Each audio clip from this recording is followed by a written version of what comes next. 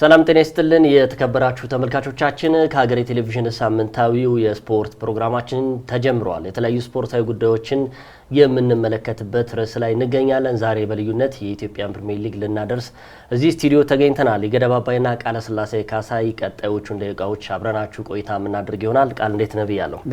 ዛሬ እንግዲህ የ2017 ዓ.ም የኢትዮጵያ ፕሪሚየር ሊግ የመገባደጃ ሳምንታቶች ላይ እንገኛለን።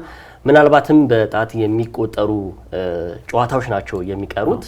ፕሪሚየር ሊጉ ሻምፒዮኑ ማን እንደሚሆን አልተለየም። እንደዚሁም ደግሞ ወራጁ ከወልዋሎ አዲግራት ዩኒቨርሲቲ በስተቀር ሌሎቹ ሶስት ቡድኖች እነማን እንደሆኑ ያልተለየበት ሳምንት ላይ ይገኛል። ጥንቃቄ የሚያስፈልገው ሳምንትም ነው። ሊግ ካምፓኒውን መግለጫ አውጥቷል። የተለያዩ ክለቦችም እንደዚሁም የቅሬታ ደብዳቤዎቹን እያስገቡ ይገኛሉ። በተለይ እንግዲህ የ2017 የኢትዮጵያ ፕሪሚየር ሊግ ምን ይመስላል የሚለውን እንጀምር እስኪ። በጣት የሚቆጠሩ ያልኳቸው 5 ሳምንታት ብቻ ነው የሚቀሩት።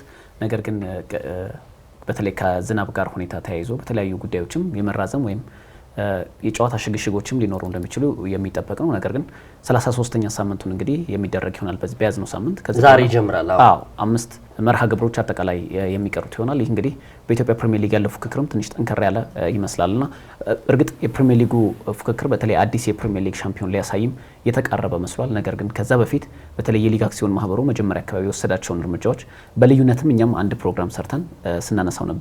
በተለይ ከክለቦች ህገ ደንብ ፋይናንስ ጋር በተያያዘ የተለያዩ ህጎችን ያጸደቀበት መንገድ ነበር። ክለቦች ወጫቸው 57 ሚሊዮን ብር እንዲሆን እንዲሁም ደግሞ ተጠባባቂ 5 ሚሊዮን ብር በማድረግ እንግዲህ ክለቦች ወጭና ገቢያቸውን የተመጣጠነ እንዲሆን ከዝውውር ጋር በሚያደርጉት እንቅስቃሴም ያንን ብር መሰረት አድርጎ እንዲያደርግ ይፋ ማድረጉ ይታወሳል። ያንንም ለእግር ኳሱ በተለይ ብዙ ብሮችን ያባክናል የሚባለው የኢትዮጵያ ፕሪሚየር ሊግን ለመቆጣጠር ትልቅ እርምጃ ነው ብለን ስናነሳ ነበር። በመሀልም የተለያዩ ሁነቶች ተፈጥሯል። በ19 ክለቦች ነበር የዘንድሮው የውድድር ዓመት የፕሪሚየር ሊጉ የጀመረው። በልዩነት የትግራይ ክልል ክለቦች መቀለ ሰባ እንደርታ፣ ስሁል ሽረና ወልዋሎ አዲግራት ዩኒቨርሲቲ መካተታቸውን ተከትሎ ግን በመሀል ደግሞ ትልቅ የተባለ በኢትዮጵያ ፕሪሚየር ሊግ ታሪክ ትልቅ ውሳኔ የተወሰነበት የወልቂጤ ከተማ ከፕሪሚየር ሊጉ እንዲወርድ ተደርጎ ወደ ከፍተኛ ሊግ የሄደበት አጋጣሚ ያለና በእንደዚህ ሁሉ ሁነቶች ታጅቦ እንግዲህ ሊጠናቀቅ ጥቂት ሳምንታት ቀርቧል። አሁን ብዙ መነጋገሪያ ጉዳዮች እየተነሱበት ይገኛል። ብዙ ርዕሶች ናቸው። ያው የኢትዮጵያ እግር ኳስ ላይ ስናነሳ ብዙ ነገሮች ማንሳት እንችላለን። ምናልባት እንደው ቅድም ያልከው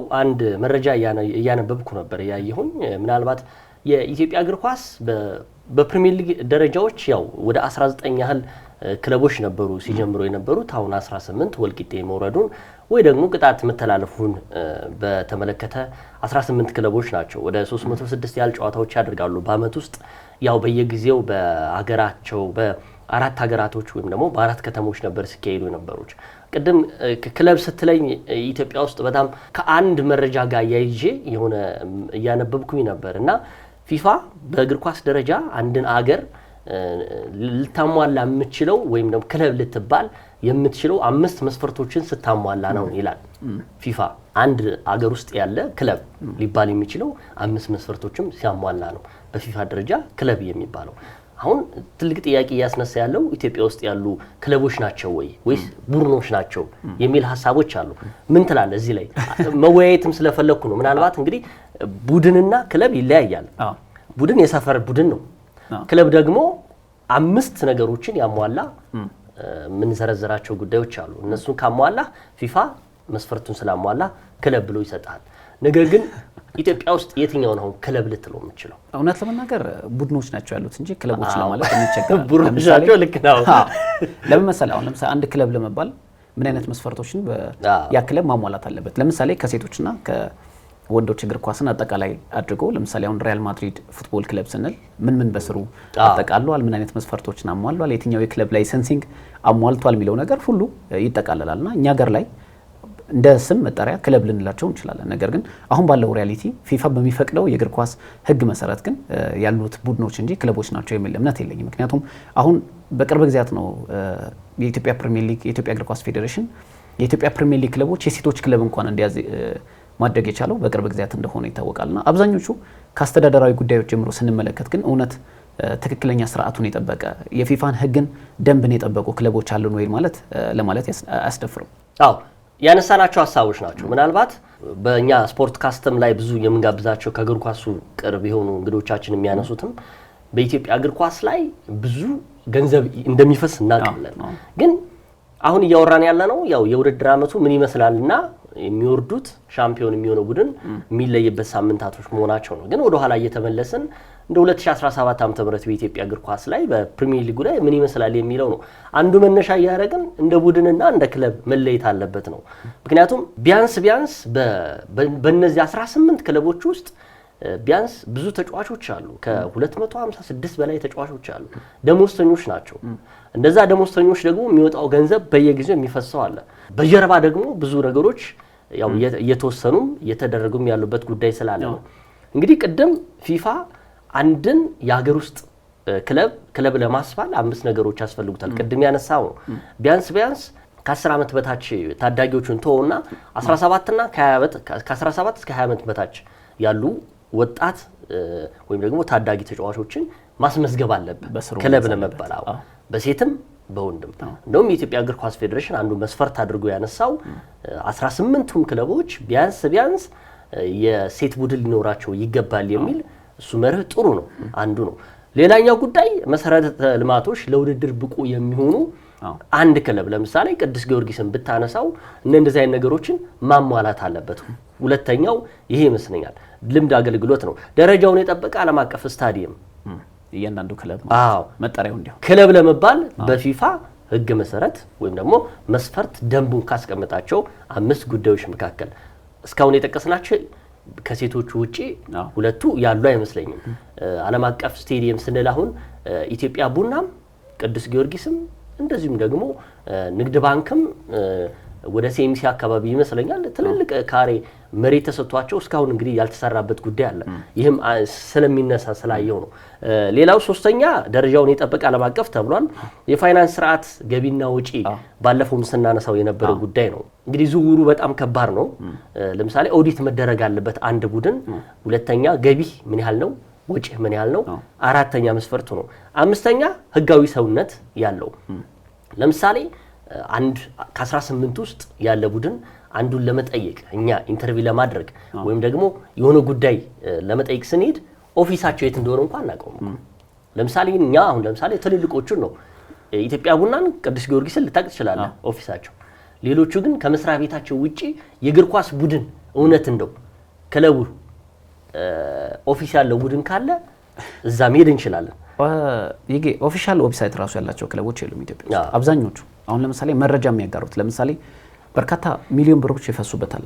ከእያንዳንዱ እናት፣ ከእያንዳንዱ ነጋዴ፣ ከእያንዳንዱ አስተማሪ፣ ከየትኛውም ግብር ተሰብስቦ የሚሰበሰበው ብር በተለይ አብዛኞቹ የኢትዮጵያ ፕሪሚየር ሊግ ክለቦች በመንግስት ድጋፍ የሚተዳደሩ ክለቦች ስለሆኑ እያንዳንዱ ሰው ድርሻ አለበት። ነገር ግን ስፔሻሊ የክለቡ ደጋፊዎች ሁነኛ የምትላቸው ቀንደኛ የክለቡ ደጋፊዎች ስለ ክለባቸው የማወቅ መብት አላቸው። ነገር ግን ይሄን የሚያደርግ ክለብ የትኛው? ለምሳሌ አንድ ተጫዋች ዝውውር ላይ ሲያደርግ እኮ እስረኛ መስሎ ነው ፌዴሬሽን ጽህፈት ቤት ላይ ፎቶ የሚነሳው። ሌላ ክለቡ በምን አይነት መንገድ ማንን ለማስፈረም አቅዷል፣ በየትኛው በውድድር አመቱ የትኛው ነበር ክፍተቱ የቡድኑ እኮ የሚወያይበት መድረክ ራሱ የለውም። አይደለም ክለቦችን በቀጥታ ለማናገር የራሳቸው ኦፊሻል ዌብሳይት እንኳን የሌላቸው ናቸው። ለምሳሌ በሌሎቹ ስንመለከት እኮ ዳይሬክት አሰልጣኙ ማናገር ሁሉ ማስችልባቸው እንመለከታለን አይደል? ለምሳሌ አንድ ተጫዋች ከአሰልጣኙ ከክለቡ ፍቃድ ውጭ ኢንተርቪው መስጠት እንደማይችል አሰልጣኞች ኢቭን ኮንታክት ማድረግ እንደማትችል እኮ በሌላው ዓለም ምን መለከተው ነው። ይሄ ግን ከነሱ ጋር አትሊስት መነጻጸር እንኳን ባንችል ይሄንን ህግኛ ሀገር ተግባራዊ ለማድረግ ግን ያን ያህል ከባድ አይደለም። ለምሳሌ ክለቦች ማንን ማግኘት እንዳለበት፣ የትኛውን አካል ማናገር እንዳለበት፣ ክለቦች የክለብ ደጋፊዎች በየትኛው ሰዓት ስለ ክለባቸው መረጃ ማግኘት እንዳለባቸው አንዳንድ ክለቦች ናቸው እኮ ኦፊሻል ፌስቡክ ፔጅ ሁሉ ያላቸውና ራሳቸውን ለመሸጥ ራሱ ተጫዋቾች ምናልባት አሁን በቅርብ ጊዜ በአንዳንድ ሶሻል ሚዲያ ፕላትፎርሞች ተጫዋቾች ራሳቸውን ለማስተዋወቅ ጥረት እያደረጉ ይገኛሉ። ግን እኛ ሀገር ውስጥ ያለው የክለብ አስተዳደር እጅግ አስቸጋሪ ነውና ወደ ሌላው የእግር ኳስ ብዙ ሰዎች የሚመስለን ለምሳሌ ውጤት የሚጠፋው ሜዳ ላይ ብቻ በሚፈጠር ሁነት ይመስለናልና በክለብ ውስጥ ያለው ትክክለኛ አስተዳደር በትክክል ካልጸደቀ ክለቦች የትኛውም ውጤት ሊያመጡ አይችልም፣ እግር ኳሱም ሊያድግ አይችልም። ያነሳው እንግዲህ ኦፊሻል ፔጅ ያላቸው በጣም ጥቂቶች ናቸው።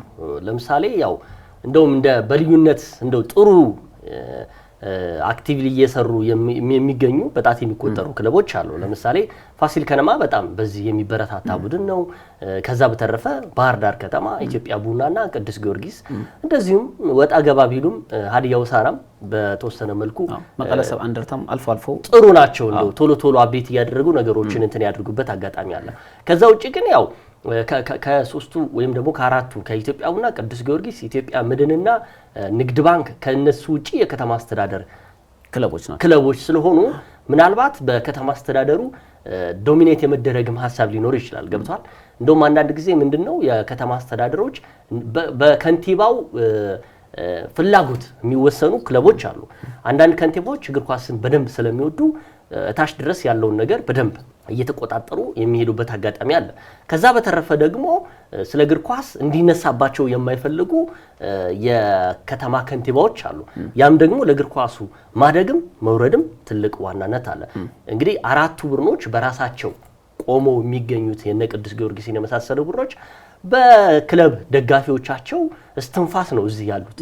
እግር ኳስን ስለሚወዱ እግር ኳስን ስለሚተነፍሱ እንደነዚህ አይነት ቡድኖችን ለማየት እንሞክራለን። ወደ መነሻችን ስንሄድ 2017 የውድድር ዘመን ለኔ በጣም ሆረር የሆነ አመት ነው። ለኔ ምንም እውነት ለመናገር ጥሩ ያልነበር ነው ለኔ። ምክንያቱም አንዱ የዲኤስቲቪ አለመኖር፣ ሁለተኛ ወጥ የሆነ አቋም ያለው ቡድን አለመነሳቱ። ኢትዮጵያ መድንን ዛሬ ልታዩ ትችላለህ እንጂ ከሲዝኑ በፊት የነበረው ኢትዮጵያ መድን ጥሩ አልነበረም። ምክንያቱም ወደ 8ኛ 9ኛ የነበረ ቡድን ነው። ጥሩ ያልነበረ አመት እያሳለፈ የነበረ ነው። ከዛ ነገሮችን አሻሽሎ የመጣ ነው። ግን እንደ በፊቶቹ ይሄ ፉክክሩ የነበረበት አመት አልነበረም እውነት ለመናገር። ሁለተኛ በምንፈልገው ደረጃ እርግጠኛ ሆነ የኢትዮጵያ ፕሪሚየር ሊግን የምታወራበት አመት አልነበረም። ዲኤስቲቪ በነገራችን ላይ መኖሩ ትልቅ የጠቀመው ነገር ስኬጁሉን በስነ ስርዓት የሚካሄድበት የሚሰረዙ እንኳን ጨዋታዎች በጣም በጣት የሚቆጠሩ መጀመሪያ ላይ ያው የወልቂጤ ከተማ መኖር ከዛ ደግሞ መውረድ ከ19 ወደ 18 መምጣት ራሱ ስኬጁሉን አፋልሶታል። እሱ ራሱ አንድ ተጽዕኖ ሊኖረው ይችላል። ግን በምትፈልገው ደረጃ ሚዲያ ላይ እንኳን እንዳታወራ የሚያደርግህ አዋሳም፣ ድሬዳዋም፣ አዳማም የተደረጉ ጨዋታዎች ሙሉ በሙሉ ከኦፊሻል ፔጃቸው ወይ ፌስቡክ ላይ አንዳንድ ጊዜ ከሚያስተላልፉት ውጪ እሱም ታግዶ ነበረ። ከዛ ውጪ ግን እንደው ነገሮችን ያስተካከሉ ከመሄዱበት አጋጣሚ ነው እንጂ የ2017 ዓ.ም የኢትዮጵያ ፕሪሚየር ሊግ ለኔ ጥሩ አልነበር ከባለፉት 3 እና 4 ዓመታት። በተለይ ከእይታ አንጻር ከዲኤስቲቪ ጋር አለመተላለፉ ጋር ያነሳው ሀሳብ ተገቢም ይመስለኛል። ምክንያቱም እግር ኳሳችን በዚህ ድክመቱ በዚህ ውድቀቱ እንደገና ደግሞ ለተመልካችም ክፍት አለመሆኑ ሌላ መጥፎ ገጽታን አምጥቷል ብለን አምናለሁ እኔ። ምክንያቱም በዲኤስቲቪ ሲተላለፍ ብዙ ነገሮችን የመቀየር እድል ነበረው። ወደ ከተሞች ሄደው እግር ኳስን ማየት የማይችሉ ደጋፊዎች ቤታቸው ቁጭ ብለው የሚያዩበት አጋጣሚ እምብዛም አልነበረም። እርግጥ የሊግ አክሲዮን ማህበሩ በፌስቡክ ፔጆች በፌስቡክ ኦፊሻል ገጹ ላይ አንዳንድ ጨዋታዎችን ሲያስተላልፍ ነበር። ግን ያንን እግር ኳስ መመልከት ለሚፈልግ ሰው ብዙም የሚማርክም አይደለም። ነገር ግን አስከፊ ባይሆኑም አትሊስት ግን ከቀረጻውም ጀምሮ ክለቦች በትክክል ደጋፊዎችም የክለባቸውን ሁኔታ ለማየት አመቺ ሁኔታ አልነበረም። ግን በሊግ አክሲዮን ማህበሩ ስናይ እንቅስቃሴዎቹ የተሻሉ ነበሩ ብዬ አስባለሁ። ምክንያቱም ቅድም እንደገለጽ ነው የክለቦች ሕግና ደንብ ማጽደቁ የመጀመሪያው። ሌላው ደግሞ እውን ያደርገዋል ወይ የሌሎቹ ክለቦች የምንመለከትም 4 ክለቦች ላይ ጠንካራ ውሳኔ ያስተላለፈበት እንደ መቻል፣ ሲዳማ ቡና፣ መቀለ ሰብዓ እንደርታና ሐዋሳ ከተማ ጋር ከተጫዋቾች ዝውውር ጋር በተያያዘና የሊግ አክሲዮን ማህበሩን ሕግ ተላልፈዋል በሚል ከባድ ቅጣት ያስተላለፈባቸው ነበር። ወልቂጤ ከተማም የሊግ አክሲዮን ማህበሩን ፎርማሊቲ ወይ ደግሞ ኢትዮጵያ ፕሪሚየር ሊግ የሚጠይቀውን ፎርማሊቲ አለሟላም በሚል ነው ወደ ከፍተኛ ሊግ እንዲወርድ የተደረገውና እነዚህ ክለቦች በእርግጥ ይግባኝም እየጠየቁ በቀጣይ ውሳኔዎችም የሚተላለፉ ቢሆንም ነገር ግን የሊግ አክሲዮን ማህበሩ ጠንካራ ያሉ እርምጃዎችን የወሰደበት የውድድር ዓመት ነበር። በተለይ ከተጫዋች ዝውውር ጋር በሶስተኛ ወገን ክፍያ የፈጸሙ ተጫዋቾችና ክለቦች ጋር ጠንካራ ውሳኔ ያስተላለፈበትም ዓመት ነበር። በሊግ ፉክክሩ ስንመለከት እንደውም በተለይ ኢትዮጵያ መድን እንዳልከው አዲስ ተፎካካሪ ሆኖ ብቅ ብሏል። ከ2 ዓመት በፊት በእርግጥ የዋንጫ ተፎካካሪ እንደነበር በቅርብ ርቀት ሲከታተል እንደነበር እናስታውሳለን። ነገር ግን አምናም የነበረው ብቃት በተለይ አሰልጣኝ ገብረመድህን ኃይሌ ኢትዮጵያ ብሔራዊ ቡድንና መድንን ይዘው እያሰለጠኑ ያለ በጣም ተቸግረው ተስተውለዋል። ነገር ግን የኢትዮጵያ ብሔራዊ ቡድን ስራቸውን ለቀው ወደ መድን ሙሉ ፎከሳቸውን ካደረጉ በኋላ ጠንካራ የሆነ ቡድን ፈጥረዋል። በተመሳሳይ የኢትዮጵያ ቡናን ባህር ዳር ከተማም በዘንድሮ የውድድር ዓመት ከአምናው በተሻለ ጥሩ ተፎካካሪ ሆነው ብቅ ብለዋል። ነገር ግን አንተ እንደገለጽከው ይሄ ወጥ የምንለው ወይ ደግሞ ክለቦች በየትኛው ሰዓት ነጥብ እንደሚጥሉ ሳናቀው ያለፈበት ነበር። ምክንያቱም ፉክክሩ እንደውም ሁለተኛው ሲዝን ላይ ይሻላል እንጂ ፈረስት ላይ እጅግ የተቀዛቀዘ ነበር ማለት ይቻላል። ግን ከአንዳንድ ውሳኔዎች ጋር ተያይዞ የክለቦችም ስታተስ ጋርም ተያይዞ ግን ጠንካራ የውድድር ዓመት ነበር። በተለይ ለክለቦች ፈታኝም የነበረበት የክለብ አስተዳደር ከዚህ በፊት ብዙ ብር ሲፈስበት የነበረው አሁንም እንዳለ ሆኖ ነገር ግን ሕግና ደንብ መጽደቁ ደግሞ ለክለቦች እጅግ ፈተና የነበረበት ነበር። ምክንያቱም ከዚህ በፊት ተግባራዊ ያደረጉት አሰራር ስላልነበር። ከሜዳ ውጭ ያሉት ጉዳዮች ያው የሊግ አክሲዮን ማህበሩ ስራው ነው፣ ምንም ጥያቄ የለውም። መግጣትም ማባረርም ጉዳዮችን አዳዲስ ደግሞ ምንድነው አጀንዳዎችን እያጸደቀ ወደ እግር ኳሱ ማምጣት ያው ግዴታውም ስለሆነ ምንም ጥያቄ የለውም። ግን ዞሮ ዞሮ እግር ኳሱ ነው ዋናው ቁም ነገር እኮ። ስለ እግር ኳስ የምናወራ ከሆነ እግር ኳሱ ከደከመ አክሲዮን ማህበሩ ብቻውን ምንም ጥያቄ የለውም ምን ያደርግለታል ኖርማሊ። ግን እንዳልከው አሁን 18ቱ ክለቦች አሁን እንደው ከመርሃ ግብረ ማሞያ ውጪ ልለው ፉክክር ያለበት አመት አልነበረም።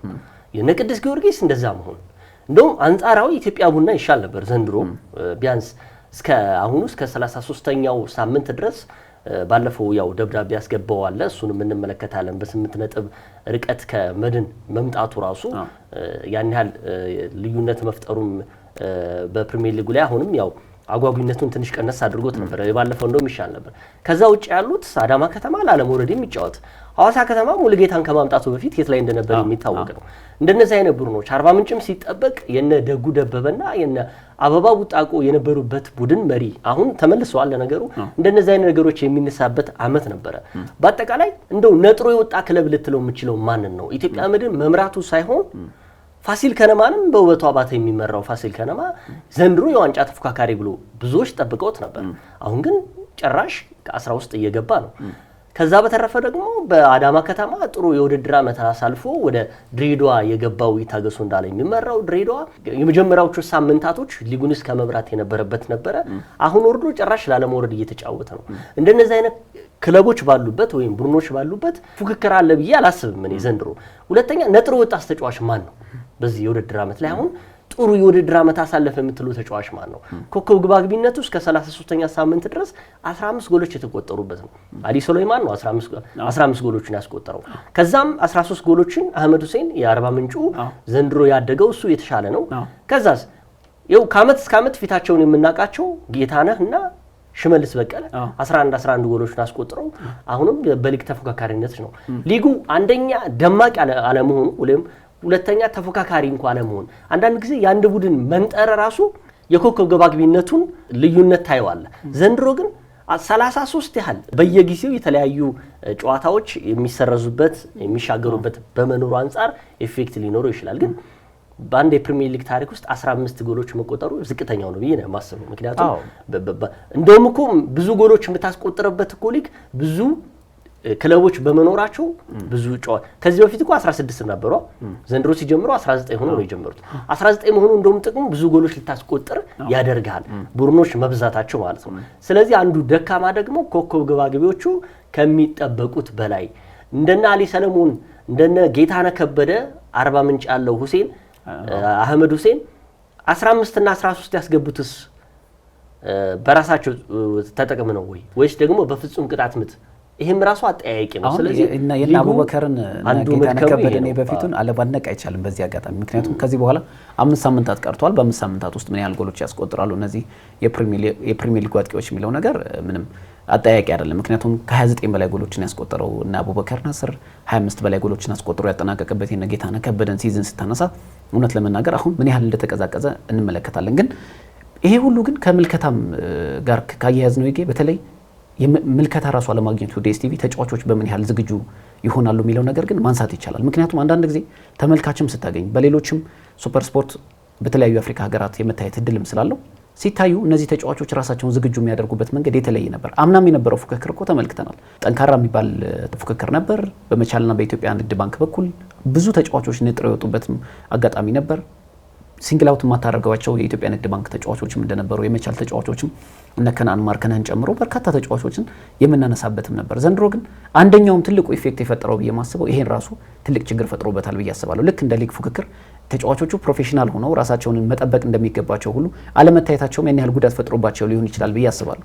ይሄ ከዛ በኋላ መለስ ስንል ምክንያቱም ካወያየን ጉዳዮች አንፃር የሊግ አክሲዮን ማህበሩ ጠንከር ያለ መግለጫ ማውጣቱ ተከትሎ ይመስላልና ከዛ ነገር ጋር ልናያይዘው የምንችላቸው ብዙ ጉዳዮች አሉ ብዬ አስባለሁ። በተለይ የሊግ አክሲዮን ማህበሩ 10 ያህል ጨዋታዎች የማጭበርበርና ችግሮች ተስተውሎበታል ብሎ ጠንካራ መግለጫ አውጥቷል። ምርመራ እያካሄድኩ ነው፣ ከዳኞች፣ አሰልጣኞች፣ ተጫዋቾች ጋር በተያያዘ በርካታ ስራዎችን እየሰራሁ ነው ብሏል። በቀጣይም በሚኖሩት ጨዋታዎች ላይ ጥብቅ የሆነ ክትትል አደርጋለሁ ሲል አስታውቋል። ይህ ራሱ የመጣው አንዱ ከዲኤስቲቪ አለመታየቱ ነው። ምክንያቱም በዲኤስቲቪ ሲታይ ከአቅም በታች የሚጫወቱ ተጫዋቾች ከአቅም በታች የሚጫወቱ ክለቦችን ለማየትም ቀላል መንገድ ይሆናል። ግን የሊግ አክሲዮን ማህበሩ ይህንን መግለጫ ለማውጣት እውን ትክክለኛ ጊዜ ነበር ወይስ ዘግይቷል?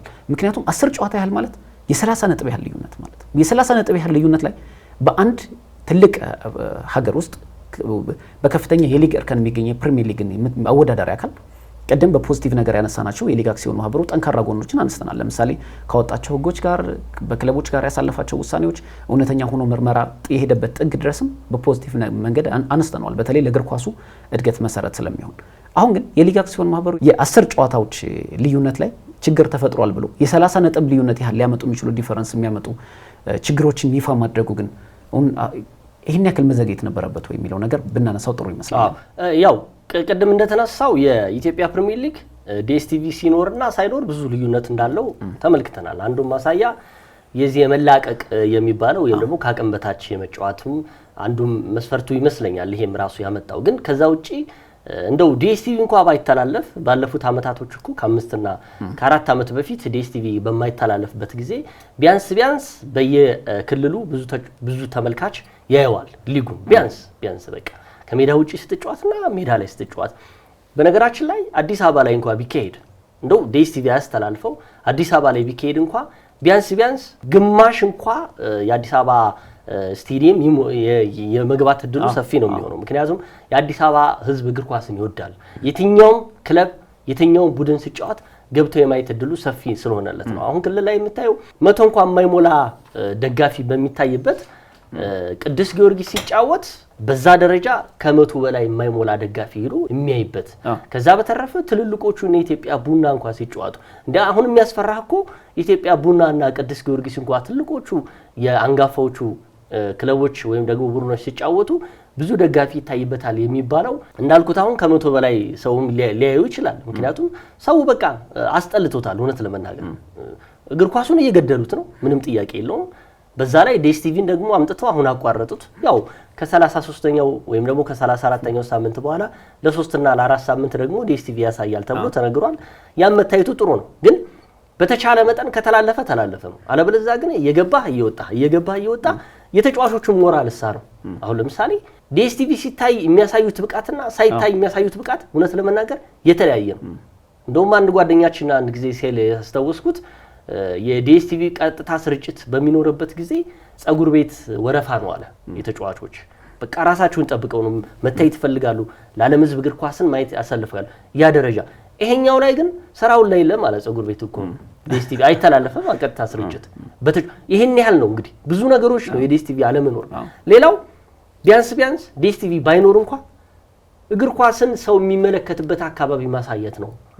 አዳማ ሲሄድ እኮ አዳማ ዩኒቨርሲቲ እዛ ላይ እኮ ሲካሄድ ያሳዝናል እኮ። ወይ ሰዓቱ ይሁን 3 ሰዓት ተኩል ላይ የሚካሄድ ጨዋታ አለ፣ 9 ሰዓት አለ፣ 12 ሰዓት አለ። ሰው ላይ መቼው ይችላል በዛም። ሁለተኛ ነገር ደግሞ ትልልቅ የምትላቸው ጨዋታዎች ራሱ ሰው ገባ ሲል የማይገባበትም አጋጣሚ አለ። በነገራችን ላይ እኮ ማለት አይ ከአቅም በላይ መግባት የለበትም ተብሎ ሌላ ችግር እንደዚህ አይነት ነገሮችም ሁሉ ገለውታል። በአጠቃላይ የዚህ ሁሉ ወርዶ መምጣቱ የፕሪሚየር ሊጉ ሻምፒዮን ላለመውረድ የሚታገሉት ቡድኖች አሁን ጫና ውስጥ ከቶባቸዋል። አክሲዮን ማህበሩ ትልቁ ችግሩ አሁን 10 ጨዋታ አንቀላፍቶ ዛሬ መግለጫ ማውጣቱ ተገቢ አይደለም። እሱም ደግሞ ኢትዮጵያ ቡና ራሱ መግለጫ አውጥቶታል። በሲዳማ ቡናና በኢትዮጵያ መድን መካከል በነበረው ጨዋታ ላይ ያለአግባብ ጨዋታ ነው የተካሄደው። እውነት ለመናገር እኔም መታየት ያለበት ጨዋታ ይመስለኛል። ኢትዮጵያ መድን ጥሩ የሚጫወት ቡድን ነው በዘንድሮ የውድድር ዓመት። ሲዳማ ቡናም በጣም ምርጥ ቡድን ነው። ነገር ግን 3 ያህል ጎል መግባት ነበረበት ወይ በዛ ጨዋታ ላይ? ኢትዮጵያ መድን 3-0 አሸንፎ ሲዳማ ቡናን ልዩነቱን አሰፋ። ከዛስ ኢትዮጵያ ቡና ደግሞ መግለጫ ያወጣው ከአቅም በታች መጫወት ነው። ስለዚህ መመርመር አለበት። ተመረምራለሁ አለ።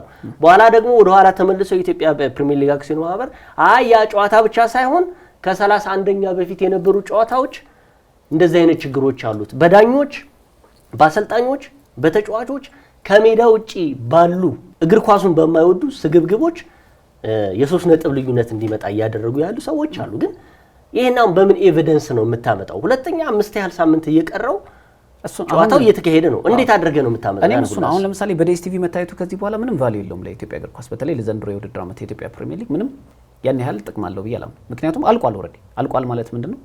ለምሳሌ የኢትዮጵያ መድንና የልዩነቱን ብንመለከት ሁለተኛ ላይ ካለው ኢትዮጵያ ቡና ጋር የ8 ነጥብ ልዩነት አለው። ከባህር ዳር ከተማ ጋር የ15 ነጥብ ልዩነት አለው። የግብ ክፍያ በብዙ ጎሎች ይበልጣቸዋል ስንመለከተው ደረጃው።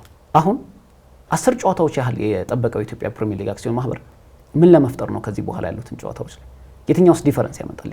ለምሳሌ አንድም ጨዋታ ሁለትም ጨዋታ ሲታይ እኮ ልዩነት ወዲያው እኮ መግለጫ ማውጣት አለበት። በክለቦች ደረጃም ይሄ መግለጫ ማውጣት አልነበረበትም እውነት ለመናገር።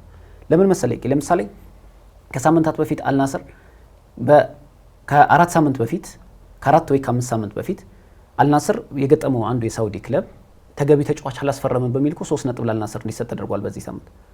ከዚህ በፊት እኮ የምንመለከታቸው በርካታ ሁነቶች ተፈጥሯል። እግር ኳሳችን በዚህ ልክ ላለማደጉ የክለቦችም ችግር እንዳለ ሆኖ ግን አወዳዳሪው አካል በየጊዜው ክትትል ማድረግ አለበት። ለምሳሌ ሳውዛምፕተን ከፕሪሚየር ሊግ ወርዷል። ይሄ እንግዲህ ከነሱ ጋር እግር ኳሳችን ማነጻጸራችን አይደለም። ሳውዛምፕተን ከፕሪሚየር ሊግ መውረዱን ያረጋገጠው አስቀድሞ ነው። በ37ኛ ሳምንት መርሃ ግብር ማንቸስተር ሲቲ ነበር የገጠመው በሴንት ሜሪ ስታዲየም። ነጥብ አስጥሎታል። ማንቸስተር ሲቲ በአውሮፓ ሻምፒዮንስ ሊግ ለመሳተፍ የሚለፋ በአውሮፓ ሻምፒዮንስ ሊግ ለመሳተፍ የዘንድሮ የውድድር ዓመት ከነበሩት እድሎች አንዱ የሳውዛምፕተን ጨዋታ ነበር። ግን ሳውዛምፕተን ከሊጉ መውረዱ እንኳን ተከትሎ አቻ የተለያየ ቡድን ነው። 2 ነጥብ ማንቸስተር ሲቲን ያስጠለብ ቡድን ነው። በዚህ ልክ እግር ኳሳችን የነሱ ልክ እንኳን መድረስ ባይችል እነዚህ ነገሮች ለመቅረፍ ግን ያን ያህል ቴክኖሎጂ፣ ያን ያህል እውቀት፣ ያን ያህል የተራቀቀ መንገድ አያስፈልግም። ይሄ ቀላል ነበር። 10 ጨዋታ ማለት ግን የ30 ነጥብ ልዩነት እስኪፈጠር ድረስ የሊግ አክሲዮን ማህበሩ መረጃ ከነበረው ምን እየሰራ ነበር ነው እስካሁን። ለምሳሌ 2 ጨዋታ ላይ በየጊዜው ቴክኒካል ኮሚቴዎች አሉት አይደል? በየጊዜው ጨዋታን የሚመዝኑ በየጊዜው የነበሩትን እንቅስቃሴዎች ሁነቶችን በየሳምንቱ በተለይ አንደኛው ሳምንት መርሃ ግብር ከተጠናቀቀ በኋላ ሁልጊዜም መግለጫ ይሰጣል። የተጫዋቾች ዲሲፕሊን ሁኔታ፣ የክለቦች ዲሲፕሊን ሁኔታ፣ ከአሰልጣኞች ዲሲፕሊን ሁኔታ። ለምሳሌ በአሰልጣኝ እንኳን ብንመለከት ከዚህ በፊት የድሬዳዋ ከተማ አሰልጣኝ ይታገሱ የ9 ጨዋታ ቅጣት እኮ ያስተላለፈበት በዚህ ጨዋታ ምክንያት ችግር ፈጥሯል ተብሎ ነው አይደል?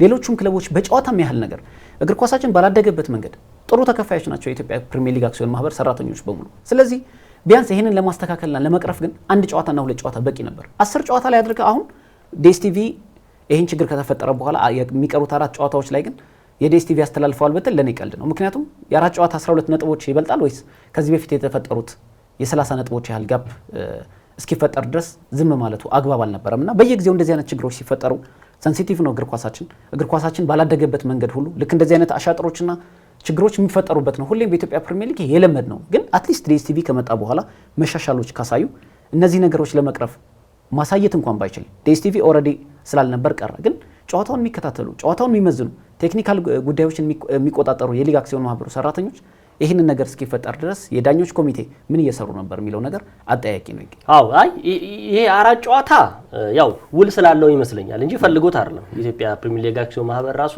ዲኤስቲቪ እንዲያስተላልፍ ተፈልጎ ሳይሆን በአመቱ ውስጥ የትኞቹን ጨዋታዎች ወይም የትኞቹን ሳምንታቶች ማስተላለፍ ያለበት የሚል ውል ስለነበረው ነው። ምክንያቱም ዘንድሮ የዲኤስቲቪ ከኢትዮጵያ ፕሪሚየር ሊግ አክሲዮን ማህበር ጋር የመለያየት እድሉ ሰፊ ነው፣ ይለያያል ብዬ ገምታለሁ። ምክንያቱም ምንም ለማይረባ እግር ኳስ ይሄን ያህል መልፋትም ያለበት አይመስለኝም። ምክንያቱም ብዙ እጆች የገቡበት ብዙ ያልተጣሩ በቃ የዳከሩ እግር ኳስ ያለበት በታሪክ የኢትዮጵያ እግር ኳስ ነው ብዬ ነው ማስበው። መደምደም የምችለው በጣም የሚያሳዝን የኢትዮጵያ ፕሪሚየር ሊግ አክሲዮን ማህበር ቅድም በውድድር ዓመቱ ጥሩ እንቅስቃሴ ያደረገ ነበር። የሚተችባቸው ነገሮች አሉ። ለምሳሌ አንድ የፋይናንስ ጉዳይ ሲተች 3 ጋዜጠኞችን በተጫዋቾች ዝውውር ተጠርጥረው ደርሽባቸዋለሁ ብሏል። ይሄን ራሱ ይፋ አላረገም። ለምንድን ነው ይፋ የማያደርገው? ይሄ ራሱ ከህግ አንፃር ማንነትን ከመለየት አንፃር ይሄን ራሱ አግባብ አይደለም ብዬ ነው የምገምተው። የኢትዮጵያ ስፖርት ጋዜጠኞች ማህበርም መግለጫ ሁሉ አውጥቷል በዚህ ጉዳይ ላይ እንዲህ ተብሏል። ነገር ግን እንዲያወጣልን ማን እንደሆነ በቃ ማን እንደሆነ ማውጣት እኮ ነው፣ ቀላል እኮ ነው አይደል? ይሄን ያላወጣ የ10 ጨዋታ ከኋላ የመላቀቅ ወይም ደግሞ ያላግባብ ከምንድነው ከአቅም በታች መጫወትን ወደ ኋላ አይቼ ከዛ በኋላ እንንተና እንደዚህ ያደርገዋል። ምናልባት ቀጣዮቹ 4 ጨዋታዎች ወይ 5 ጨዋታዎች 12 ነጥብ ልዩነት ቢኖራቸውም ላለመውረድ የሚደረገውን ልዩነት ወይም ደግሞ ልትለይበት ይችላል። ከዚህ በኋላ ሊጠቀም የሚችለው ዲኤስቲቪ ቢያንስ ከወልዋሎ ወርዷል፣ 1 ወርዷል፣ 3 ነው የሚቀሩት። 3ቶቹም ቢያንስ እነማን ለመለየት ከትልልቆቹ ቡድኖች እርስ በራሳቸው መሀል ላይ ያሉት ጋር ስለሚጫወቱ ያለ ትለይበት ይችላል ዲኤስቲቪ መኖር። እኔ እንደውም የማስታውሰው 2007 ዓመተ ምህረት ይመስለኛል። አዎ ጅማምባ ጅብሃር የበላበት ቅዱስ ጊዮርጊስ በጎል ልዩነት የዋንጫውን ያጣበት ጊዜ የሚያሳዝን ጊዜ ነበረ ነው። ያ በዛ ዘመን እንግዲህ ቀጥታ ስርጭት ባልነበረበት ዘመን ግን ያን ጊዜ የነበረው የኢትዮጵያ ፕሪሚየር ሊግ አወዳዳሪ አካል ሊደነቅ ይገባው ነበረ። የተወሰኑ ክፍተቶችን ቢኖሩት አዳማ ላይ እየተደረገ የለውና እዚህ አዲስ አበባ ላይ የሚደረገው አለ። ቅዱስ ጊዮርጊስ እዚህ ሐዋሳን ይመስለኛል ገጥሟል። እዛ ደግሞ ጅማ አባጅፋር አዳማ ከተማን መግጠም ነበረበት። አዳማ በውድድር ዓመቱ በዛን ጊዜ በ2006 ዓ.ም 2007 ዓ.ም ላይ በጣም አስቸጋሪ ቡድን ነበር። ቅድም እንደ ሲዳማ ቡና እንዳልኩ ካገባህበት 1-0 አሸነፈ 3 ነጥብ የምታገኝበት ቡድን ነው እንጂ ከዛ በላይ የማይገባበት ቡድን ነው። ጅማ አባጅፋር የሚፈልገው ቢያንስ 4 ጎሎችን ካስቆጠረ ዋንጫውን ይወስዳል። እዚህ ደግሞ ሐዋሳ ከተማን ቅዱስ ጊዮርጊስ ካሸነፈ ቅዱስ ጊዮርጊስ እዛም ዋንጫ ተዘጋጅቷል፣ እዚህም ዋንጫ ተዘጋጅቷል። ምንድነው የተፈጠረው? አዲስ አበባ ስቴዲየም ነበርኩኝ። ቅዱስ ጊዮርጊስ አሸነፈ፣ ሐዋሳን ይጠብቃል። ጅማ አባጅፋር አዳማን 5-0 ነው ያሸነፈው። በውድድር ዓመቱ 1 ጎል ካስቆጠርክበት ጀግና ነህ አንተ አዳማ ላይ። እንደዚህ አይነት ነገሮች የነበረበት የኢትዮጵያ ፕሪሚየር ሊግ ነው። አሁንም እንደነዚህ አይነት ክፍተቶች ያሉበት 10 ሳምንታቶችን ወደ ኋላ ዞረህ የተቀረጹ ነገሮች ሊኖሩ ይችላል። ያው ፌስቡክ ላይ ምንድነው ትርጉሙ ነው? አሁን ይሄ ምንድነው ታውቃለህ? ያው እንግዲህ አሁን ለምሳሌ አልከው አሁን ትርጉሙ ምንድነው መሰለህ? ሊያመጡት ይችላል።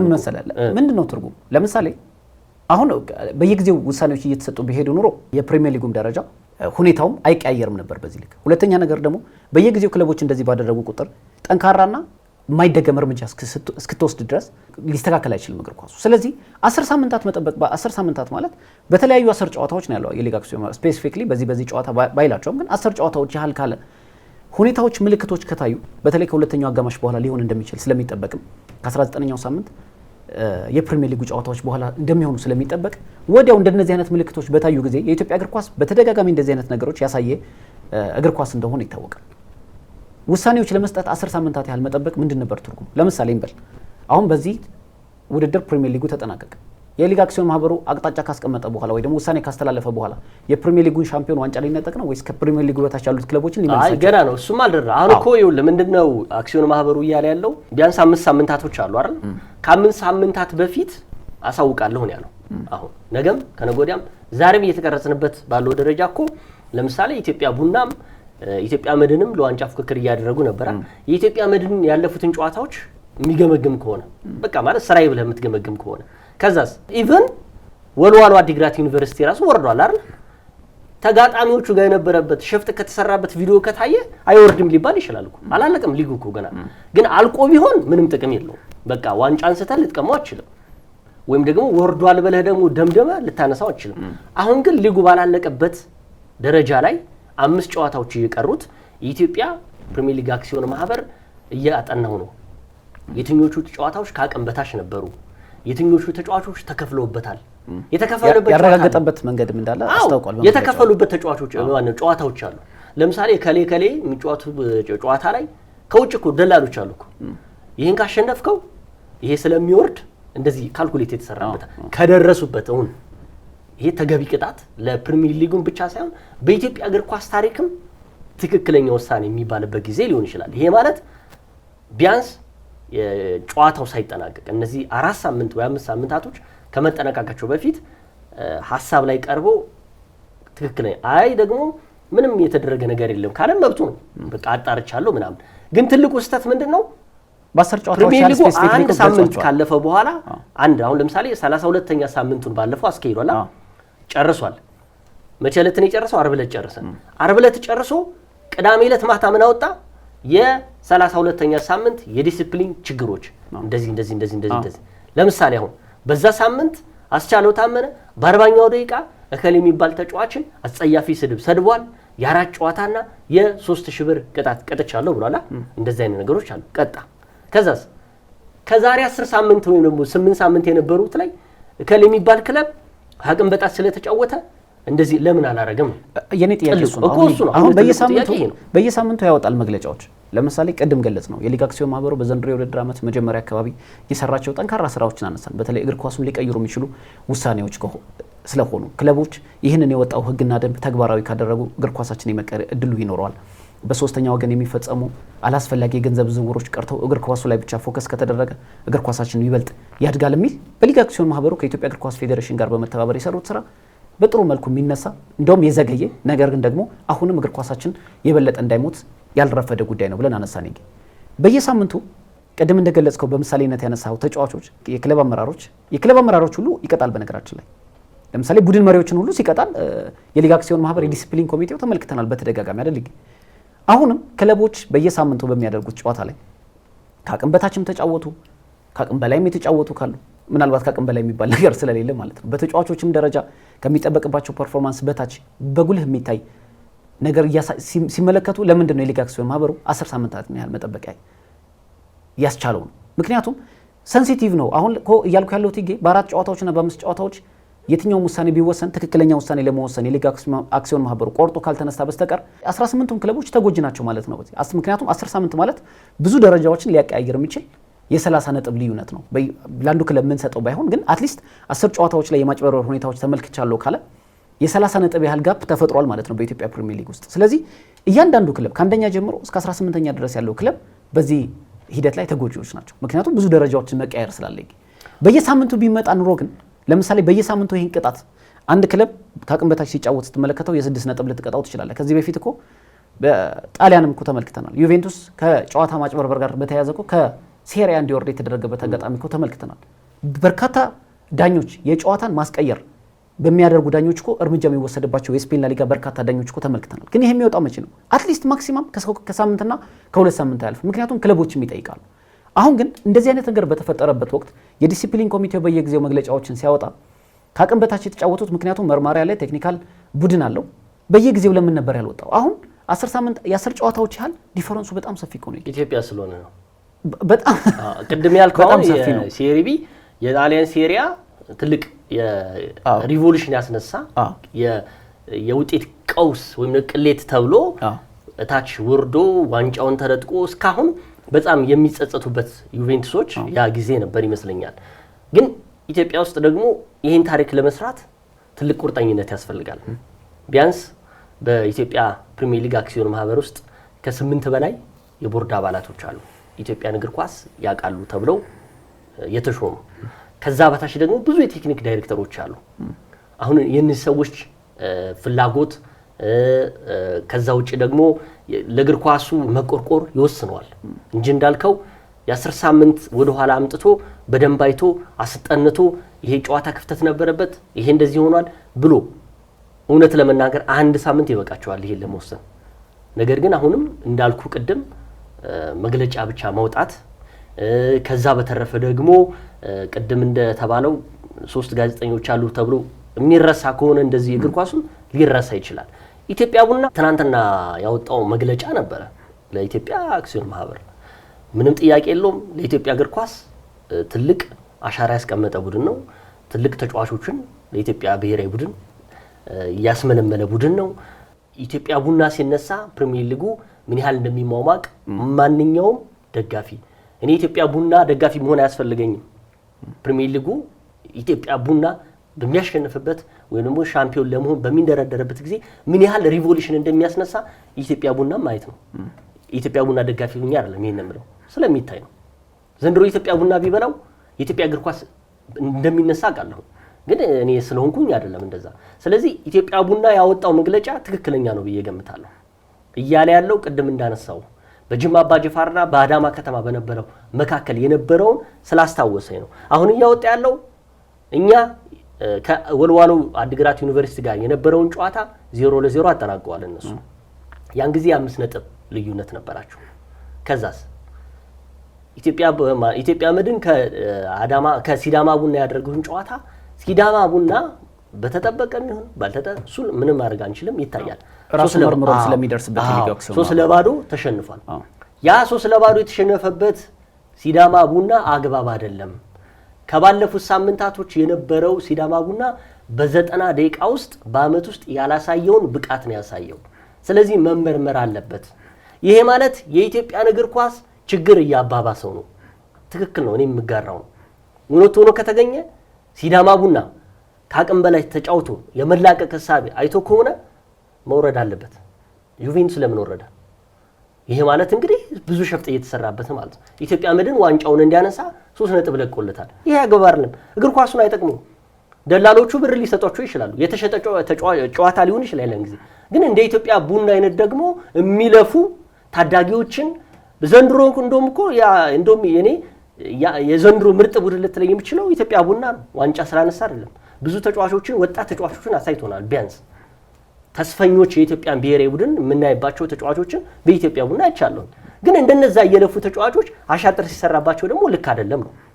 አሁን የኢትዮጵያ መድንና የሲዳማ ቡና ጨዋታ አሻጥር ተሰርቶበት 3 ነጥብ ወስዷል ብለን እየደመደምን አይደለም፣ ወይም እየደመደምኩ አይደለም። ታይቶ የሚጸድቅ ነው። ግን እንደዚህ አይነት ደግሞ ይግባኝ የሚሉ ብዙ ክለቦች ስላሉ ይሄን መታየት አለበት። ኢትዮጵያ መድን 63 ነጥብ ይዟል። ኢትዮጵያ ቡና ደግሞ 55 ነጥብ ይዟል። በልዩነታቸው በጋፑ የ8 ነጥብ ሆኗል። ከዚህ ጨዋታ በፊት የ5 ነጥብ ነበረ። ያው ከወልዋሎ ጋር ነጥብ በመጣሉ ነው ኢትዮጵያ ቡና። ባህር ዳር ከተማ 48 ነጥብ ይዟል። እሱ እንኳን ወርዷል ወደታች። አሁን ትልቁ ችግር የሻምፒዮንነቱን እሺ ምንም ችግር የለውም። ያው የነጥብ ልዩነት እያየ ነው። ላለመውረድ የሚታገሉት ደግሞ አንድ ወርዷል ወልዋሎ፣ 3 ቡድኖች እነማን ናቸው የሚለው በጣም ከፍተኛ ጥንቃቄ የሚያስፈልገው ጨዋታ ይመስለኛል። ይሄም ደግሞ ዲኤስቲቪ መኖሩ ትልቅ ጥቅም ያለው ይመስለኛል። እያንዳንዷ ስለምትታይ አሁን እኮ እንደውም በልዩነት አነሳው ላይክ በዚህ ሳምንት መነጋገሪያ ምስል ነበር የኢትዮጵያ መድንና የሲዳማ ቡና ጨዋታ እንጂ አሁን እኮ 10 ጨዋታዎች ያላቸው እኮ ስፔሲፊክሊ የሊግ አክሲዮን ማህበሩ በቀጣይ ይገልጻቸዋል ብዬ ተስፋ አደርጋለሁ። በሚገልጻቸው ወቅት እኮ በጣም በርካታ ነገሮች ልንሰማ እንችላለን ብዬ አስባለሁ። ምክንያቱም እንዳልከው የሊግ አክሲዮን ማህበሩ በቀጣይ ምን አይነት ውሳኔዎች ይወስናል? ለምሳሌ ወልቂጤ ከተጫዋቾች ደሞዝ ጋር በተያያዘ ታች አምናም በርካታ ችግሮች ሲነሳበት የነበረ ክለብ ነበር። በዘንድሮ የውድድር ዓመት የሊግ አክሲዮን ማህበሩ ሕግና ደንብን አላከበረም በሚል ከሊግ እንዲወርድ ተደርጓል። በነገራችን ላይ በኢትዮጵያ እግር ኳስ ታሪክ ከተወሰኑ ትልቅ ውሳኔዎች መካከል አንዱ የወልቂጤ ከተማ ነበር። ምክንያቱም ከኢትዮጵያ ፕሪሚየር ሊግ ወርዶ በከፍተኛ ሊግ እንዲወዳደር ስለተደረገ የሊግ አክሲዮን ማህበሩ ቀደም እንዳልነው በሶስተኛው ወገን ለፈጸሙት ዝውውር ፈጽመዋል ላላቸው ክለቦች ያልተፈቀዱ ህጎችን ጥሰዋል በሚል 4 ክለቦችን እኮ በሚሊዮን ብሮች የታጀበ በርካታ ቅጣቶችን አስተላልፎባቸዋል። ከተጫዋቾቹ ጀምሮ እስከ ክለቦቹ ድረስ የተመለከተው ነው የሊግ አክሲዮን ማህበሩ ያወጣው ነው። አሁን የሚጠብቀው ከዚህ በኋላ እነዚህ 10 ክለቦችን ቶሎ ይፋ አድርጎ 10 ክለቦች ሳይሆኑ 10 ጨዋታዎች ብሎ ያመነባቸው ከዛ በኋላ ምን አይነት ውሳኔ ይወስናል? እዚህ ውሳኔ ላይ ለመድረስ እግር ኳሱ እንዲያድግ ከተፈለገ በ10ሩም ጨዋታዎች ላይ የተለያዩ ጨዋታዎች ሊሆኑ ይችላሉ። የትኛው ክለብ እንደሆነ አይታወቅም። በግልጽ የገለጸው ነገር የለም። ምናልባት በመነጋገሪያነት ቅድም የተነሳው ጉዳይ ስለሆነ ብቻ ነው። እነዚህ ጨዋታዎች 10 ጨዋታዎች ላይ አለ ካለ ግን ምን አይነት ውሳኔ ይወስናል የሚለው ግን በቀጣይ ለኢትዮጵያ እግር ኳስ ግን ትልቅ መሰረት ሊሆን ይችላል። ምክንያቱም በቀጣይ የውድድር ዓመት ከዚህ በኋላ ፕሪሚየር ሊጉ ይቀጥላል። በቀጣይ የውድድር ዓመት እንግዲህ ወደ ነበረበት ይመለሳል። 4 ክለቦች በዘንድሮ የውድድር ዓመት እንዲወርዱ ይደረጋሉ። በቀጣይ ለሚኖረው የእግር ኳሳችን ጉዞ ግን ትልቅ መሰረት ይኖራል። አሁን ግን ቢያንስ ዘግይቷል ብለናል። በየሳምንቱ ቢወጣ ኖሮ እዚህ ሁሉ ችግር ውስጥ አንገባም ነበር። እዚህ ሁሉ ውጥንቅጥ ውስጥ አይገባም ነበር እግር ኳሱ። አሁን ግን በ10 ጨዋታ ያህል ይህን ያክል ዲፈረንስ ከተፈጠረ በቀጣይ የሚወስናቸው ውሳኔዎች ግን ለቀጣይ ለሀገሪቱ እግር ኳስ ታሪክ ትልቅ ውሳኔ ትልቅ እምርታ ይኖረዋል ብዬ አስባለሁ። የኢትዮጵያ መድንና የኢትዮጵያ ቡና እንግዲህ የነጥብ ልዩነቱ ወደ 8 ሰፍቷል። በነገራችን ላይ ያው ኢትዮጵያ ቡና ባለፉት 5 ጨዋታዎች ሽንፈት አላጋጠመውም። ሁሉንም ያሸነፈው ነበረ ከወልዋሎ አዲግራት ዩኒቨርሲቲ ጋር አቻ የተለያየው። በነገራችን ላይ ያለፉት 10 ጨዋታዎች ቢመረመሩ ኢትዮጵያ መድንም ኢትዮጵያ ቡናም ላይኖሩበት ይችላሉ እኮ ከሚመረመሩበት። እሱ ነው ማለት ነው። ኢትዮጵያ መድን ላያገባው ይችላል እዛ ውስጥ፣ ኢትዮጵያ ቡናም ላያገባው ይችላል። ወራሽ ቀጠና ያሉት ደግሞ ለምሳሌ ወልዋሎ አዲግራት ዩኒቨርሲቲ ወርዷል። በሂሳባዊ ስሌት ደግሞ ሶሉሽን ወርዷል አሁን። ምክንያቱም ቢያንስ 12 ነጥብ ማግኘት ካለበት አሁን አያገኝማ። ከላይ ያለው አዳማ ከተማ ያለፉትን የሚቀጥሉትን 5 ጨዋታዎች መሸነፍ አለበት። ከተሸነፈ የመዳን ግን አሁን ሂሳባዊ ስሌት ላይ ወርዷል፣ ሶሉሽን ወርዷል። ስለዚህ 2 ክለቦች ነው የሚለዩት።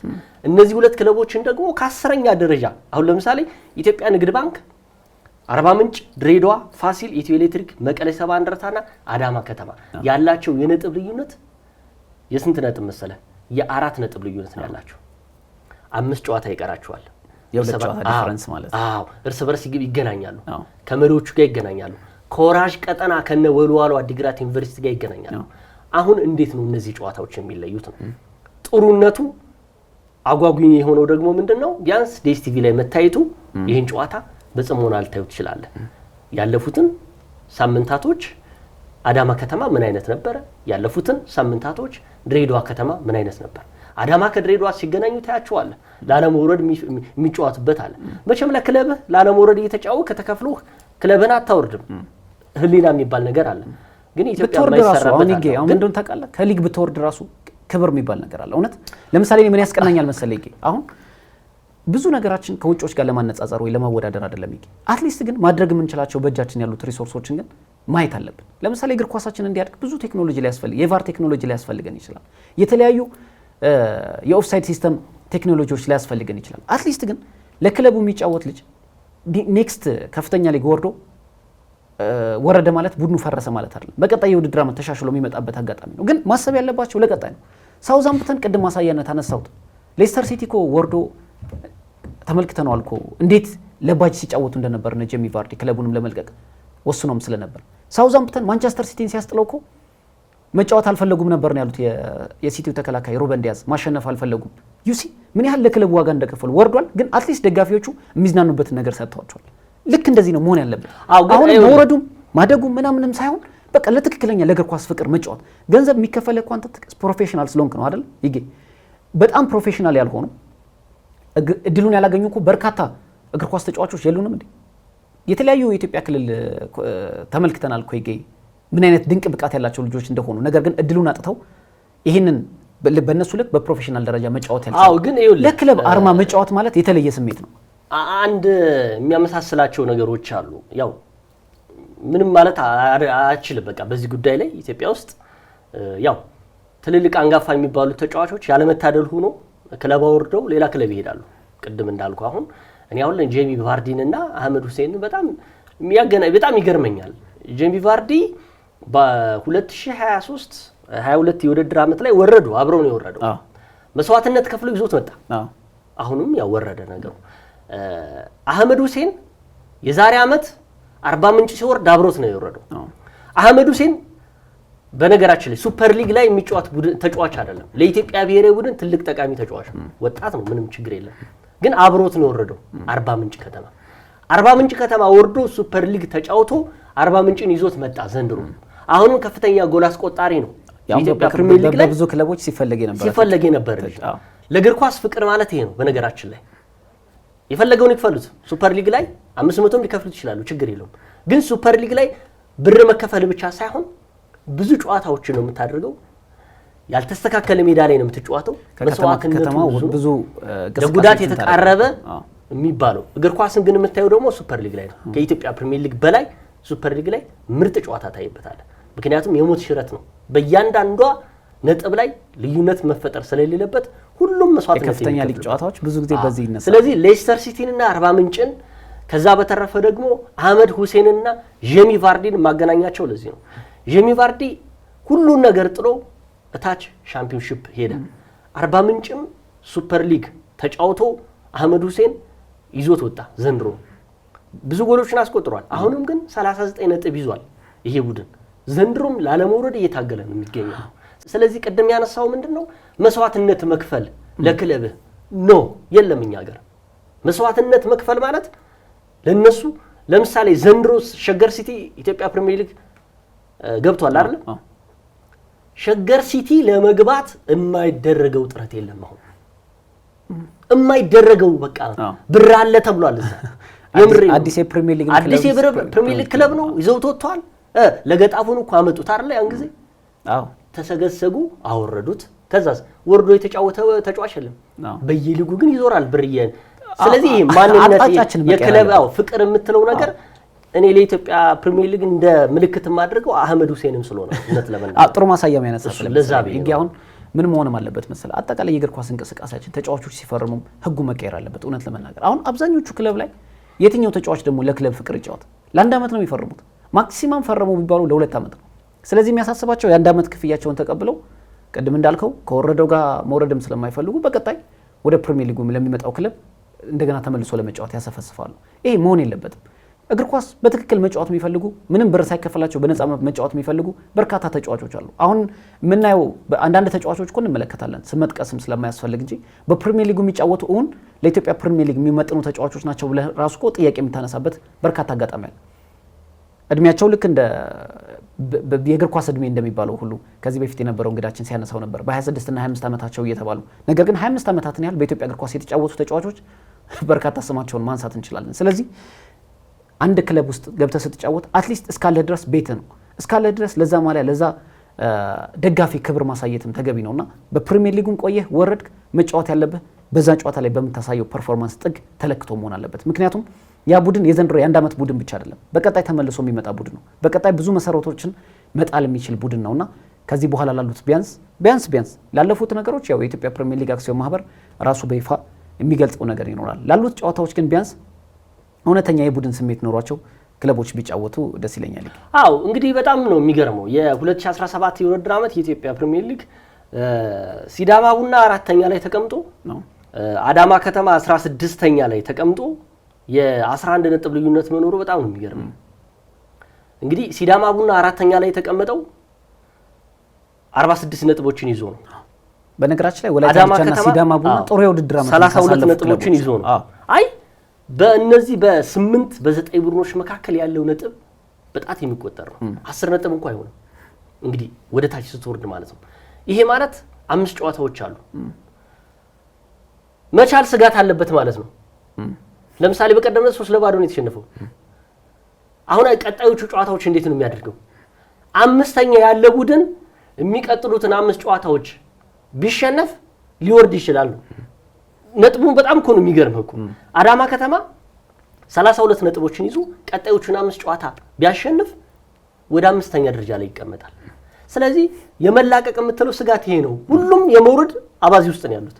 ለዛም ነው በየጊዜው ነበር መግለጫ መስጠት የሚያስፈልገው። አሁንም እንግዲህ ደግነቱ የሚቀጥሉት ጨዋታዎች እያንዳንዱ ጨዋታ በዲኤስቲቪ መተላለፉ ጥንቃቄ የሚያስፈልግ ይመስለኛል። ሁለተኛ አንድ አዳማ ውስጥ ነው የሚካሄደው። በየክልሉ አለመሆኑ ጥቅም ሊኖረው ይችላል። ግን ምንድነው ስጋት ያለበት ቡድን ነው። እያንዳንዱ እርስ በራሱ ተጨንቋል። ትልልቅ የምትላቸው የክለብ አሰልጣኞች አሁን ላለመውረድ እየተጫወቱ ነው የሚገኙት።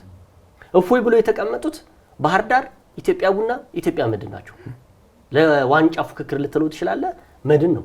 ከዛ በተረፈ ያው የ8 ነጥብ ልዩነት ኖሮት መቼም የፕሪሚየር ሊጉ መሪ ሆኖ ቀጣዮቹ ጨዋታዎችንም ስለሚወስኑት ነው 5ቱንም ጨዋታ ይሸነፋል ብዬ አልገምትም። ኢትዮጵያ መድን በነገራችን ላይ ከ5ቱም ጨዋታ 2ቱን ካሸነፈ ነው ሻምፒዮን መሆኑ የሚረጋገጠው። ምክንያቱም የ15 ጎል ልዩነት እንኳን በመሃላቸው ላይ አላህ።